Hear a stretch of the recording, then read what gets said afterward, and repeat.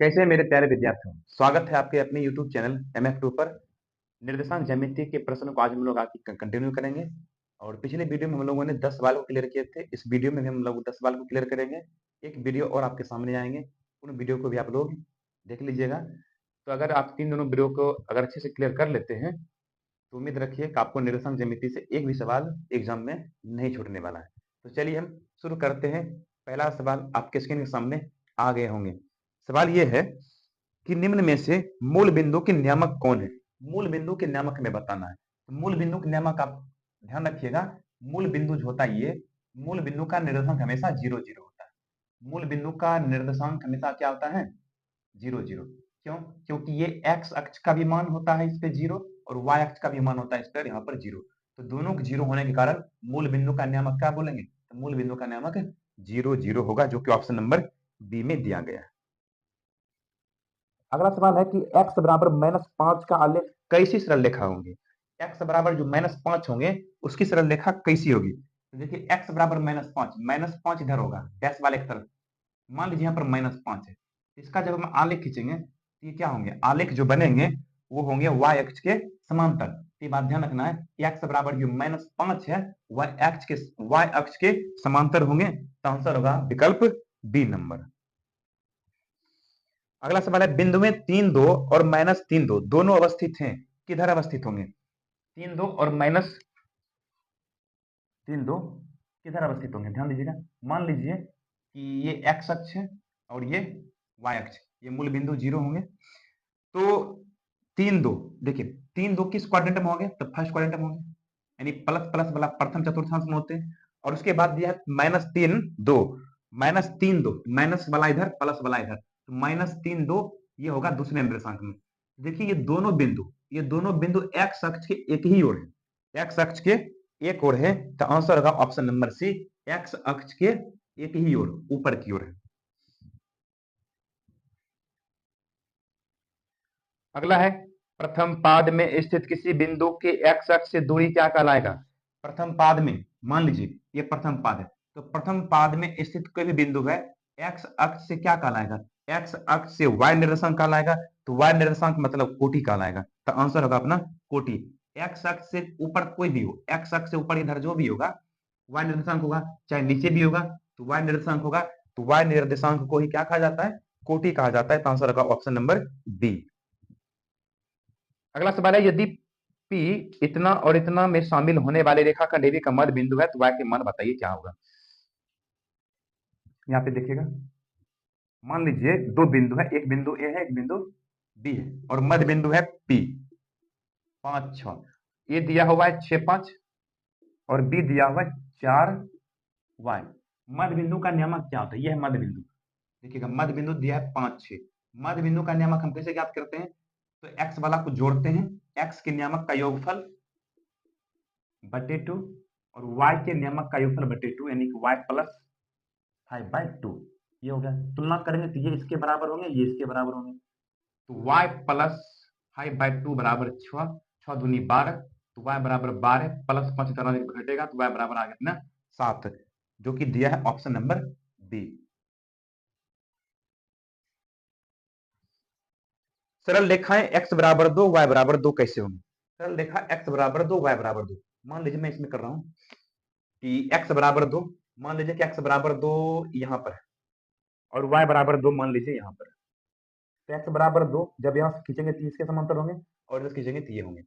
तो दोनों क्या हो रहे हैं? दोनों लंबवत हो रहे हैं। तो आंसर होगा दोनों एक दूसरे के लंबवत होंगे। ऑप्शन नंबर ए अपना आंसर हो जाएगा। अगला प्रश्न देखिएगा, ए बी सी तीन बिंदु दिए हुए हैं अपने पास। ए दिया हुआ है 0 1, बी दिया हुआ है 0 5 और सी दिया हुआ है आपको 3 4। ठीक है, ये मान लीजिए x1 y1 है, ये x2 y2 और ये x3 y3 है। बने त्रिभुज का क्षेत्रफल, यानी कि इन तीनों शीर्षों से जो त्रिभुज बनेंगे उसका क्षेत्रफल हमसे पूछ रहा है। तो त्रिभुज के क्षेत्रफल आपको याद ही होगा फॉर्मूला। त्रिभुज का क्षेत्रफल निकालने का सूत्र होता है 1/2 x y minus y plus x y minus y। पहले इसको हम 3 बार लिख लेते हैं, plus x y minus y। अब यहाँ संख्या दर्शाइए, 1 2 3। अब एक को उठा के आगे रखिएगा, एक उठा के आगे रखेंगे तो बनेगा 2 3 1। यहाँ लिखिए 2 3 1। अब 2 चला जाएगा आगे तो 3 1 2। इस टेक्निक से आप इस फॉर्मूला को याद रख सकते हैं। तो देखिए यहाँ से मान को रखते हैं तो 1/2। गौर कीजिएगा, x1 क्या है, x1 0 है, y2 क्या है, y2 5 है, y3 क्या है, y3 4 है, प्लस x2 क्या है 0, y3 क्या है 4, y1 कितना है 1, x3 3, y1 1, y2 5।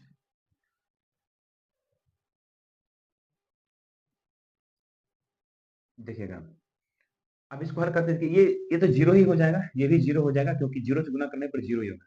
ये घटेगा 5 में से 3, एक घटेगा -4, -4 क्या -12, तो 1/2 -12, माइनस को छोड़ देंगे, 2 छक 12, तो आंसर अपना आ जाएगा 6 इकाई वर्ग इकाई, 6 वर्ग इकाई आएगा क्योंकि क्षेत्रफल की मात्रक वर्ग इकाई होता है। तो 6 वर्ग इकाई अपना आंसर होगा, जो कि दिया हुआ है ऑप्शन नंबर सी में। माइनस में आया था, मॉड यहाँ पर लगता है, त्रिभुज के क्षेत्रफल यहाँ पे मॉड लगाया जाता है, तो मॉड के कारण क्या होता है, प्लस हो जाता है। या तो माइनस को हम क्या करेंगे, यहाँ पे नजरअंदाज कर देंगे। प्रश्न ये है कि उस बिंदु का नियामक ज्ञात कीजिए जो बिंदु 1 2 2 3 को जोड़ने वाले रेखाखंड को 2:3 के अनुपात में विभाजित करती है। ये अंतर विभाजन का फॉर्मूला लगाना पड़ेगा यहाँ पर। मान लीजिए एक बिंदु है 1 1 और एक बिंदु है बी 2 3। ये 2 नंबर में भी पूछा जाता है, इसलिए आपको अच्छे से इसे देखना है। मान लीजिए कि बिंदु सी है, उसका नियामक मान लीजिए एक्स वाई है, और इसको बांट रहा है किस अनुपात में, 2:3 के अनुपात में। यानी कहने का मतलब m1 अनुपात m2 का जो मान होगा वो होगा 2:3। ये x1 y1, ये x2 y2। और ये आपको एक फॉर्मूला ध्यान रखना होगा, अंतर विभाजन का फॉर्मूला, यानी सी का नियामक निकालना है। तो सी का निर्देशांक लिखने के लिए क्या करेंगे, इसी को बोलते हैं अंतर विभाजन। एक सूत्र आपको ध्यान रखना पड़ेगा, mx, mx 2 बार लिख देंगे, अब बट्टा में लिखेंगे mm, फिर लिखेंगे my, my बट्टा में लिखेंगे mm। यहाँ पे संख्या दिखाई 1 2 2 1 1 2 1 2 2 1 1 2। इस तरह से हम फॉर्मूला को आसानी से लिख सकते हैं। अब यहाँ से मान को पुट करना पड़ेगा। m1 कितना है 2, x2 कितना है 2 है, प्लस m2 3, x1 1 mm, यानी कि 2 + 3, यहाँ m1 है 2, y2 3, m2 3, y1 1, बट्टा में m1 + m2 यानी 2 + 3। ये का 2 दूनी 4, 3 एकम 3, 4 3 7 बट्टे में 5, 3 दूना 6, 3 एकम 3 6 3 9 बट्टे 5। तो यही ऑप्शन अपना आंसर होगा, जो कि दिया है ऑप्शन नंबर ए में। विभाजन सूत्र आपको ध्यान रखना पड़ेगा, कई बार एग्जाम में विभाजन फॉर्मूला भी आपको डायरेक्ट पूछ लेता है, तो ये सूत्र आपको याद रखना पड़ेगा। ये 2 नंबर के सवाल में भी पूछा जाता है। अगला सवाल कह रहा है कि उस जिस त्रिभुज के तीनों शीर्ष का नियामक कितना इतना है तो उसका परिमिति क्या होगा। एक त्रिभुज है दिया हुआ, इसका नियामक दिया हुआ है 0 4, और इसका दिया है 0 0, और इसका दिया है मान लीजिए 3 0, कहीं भी दिखा सकते हैं। और इसमें पूछा परिमिति बताइए। परिमिति का मतलब होता है सभी भुजाओं का योगफल। इनके सभी भुजाओं को हमें जोड़ना पड़ेगा। भुजाओं का मतलब दोनों रेखाओं के बीच की दूरी चाहिए, तो दूरी फॉर्मूला लगाना पड़ेगा। दूरी फॉर्मूला लगाएगा तो रूट अंडर, कैसे लिखेंगे, रूट अंडर 0 - 0 करेंगे तो 0 ही हो जाएगा।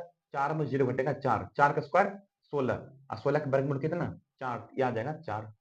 दूरी सूत्र लगाना है अभी, 3 घटाओ 0 3, 3 का स्क्वायर 9, 0 घटाओ 4, 4 का स्क्वायर 16, तो हो गया 16 9 25, 25 का वर्गमूल 5, ये हो गया 5।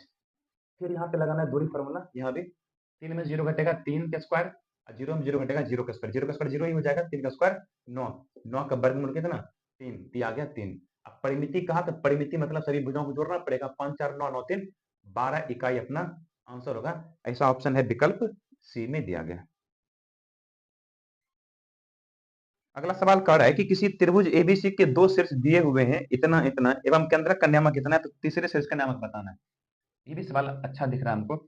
ये है ए बी सी और ये है 2 3,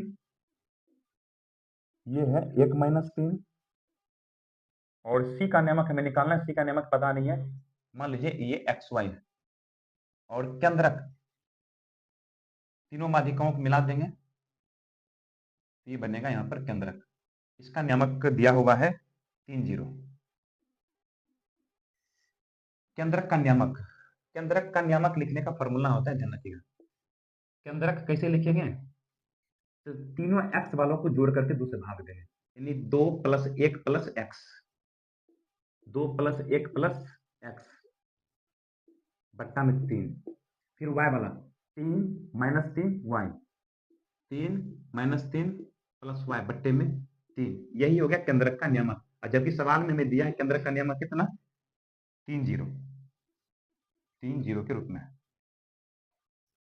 हो गया 2 1 3 + एक्स बट्टे 3, ये इसके साथ बराबर कर देते हैं तुलना करके, और ये वाला इसके साथ बराबर करते हैं। 3 में से 3 घटेगा 0, यानी कि y बटा 3 बराबर 0। तो यहाँ से एक्स का मान हम निकाल लेते हैं। 3 तिया 9, 3 + एक्स, 3 तिया 9, एक्स बराबर 9 में से 3 घटेगा,